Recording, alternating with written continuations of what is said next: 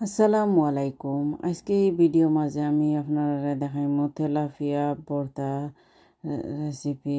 আমরা বাঙালি স্টাইল আর কি ম্যাশ করিয়া মাখাইয়া একবারে। এখনও এখানেও আমি আর কি ফ্রোজেন তেলাপিয়া আনছি আনিয়া এখনও পানি দিয়া আর ভিজাই লাইছি।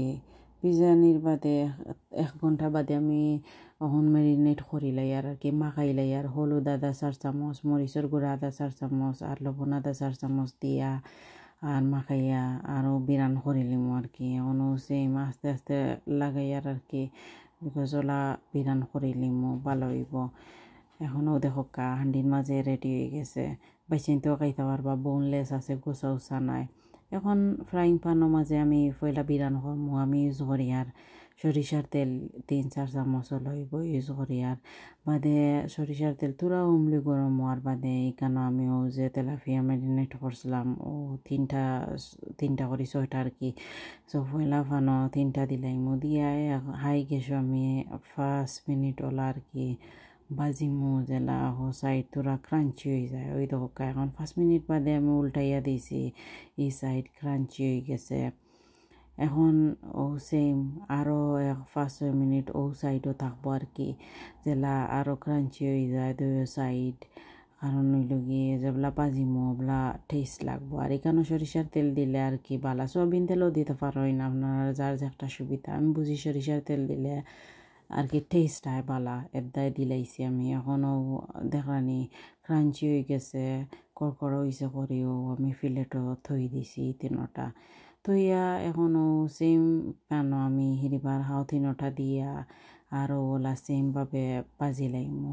যদিও উল্টানি তুরা ভাঙ্গি কিছু হয় না। ও ধোকা ফয়লা ভান বালাটিকে হয়ে গেছে, সেখান ভান তুরা ভাঙ্গি হয়ে গেছে। যে জায়গার থেকে আমি ভাঙ্গিয়া এখন মুবিরান এর দেখা হইতে আর ভাঙ্গি গেলেও অসুবিধা নাই। ও এখন বলু মাঝে লই লিছি কই ঠান্ডা হোক। আর এখনও বাইদি পেঁয়াজ ভাজি লিমু আরও 2-4 চামচ দিলাইছি সরিষার তেল সেম ফ্রাইং বানো দেওয়ার বাদে গিয়া এখনও পেঁয়াজ দিছি আর কি 3টা মিডিয়াম সাইজর দিয়া। এখন হিরিবার পেঁয়াজরে বালা করে ভাজিছি। ভাজার বাদে আরও 4-5 মিনিট হইব।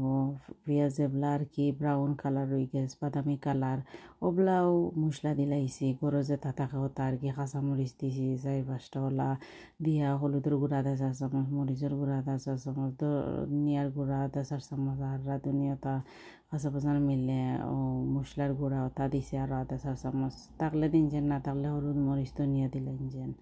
আর এখনও তেলাপিয়া মাছ ঠান্ডা হয়ে গেছে আর দি তোরা ভাঙ্গি লাইছি ভাঙ্গিয়া আর ও ফ্রাইং প্যানও দিলাইছি।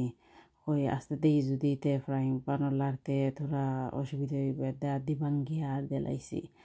এখনও ভালো করে লাড়ছি 3-4 মিনিট লাড়িয়া ও ধোকা লাগের ওই আরও।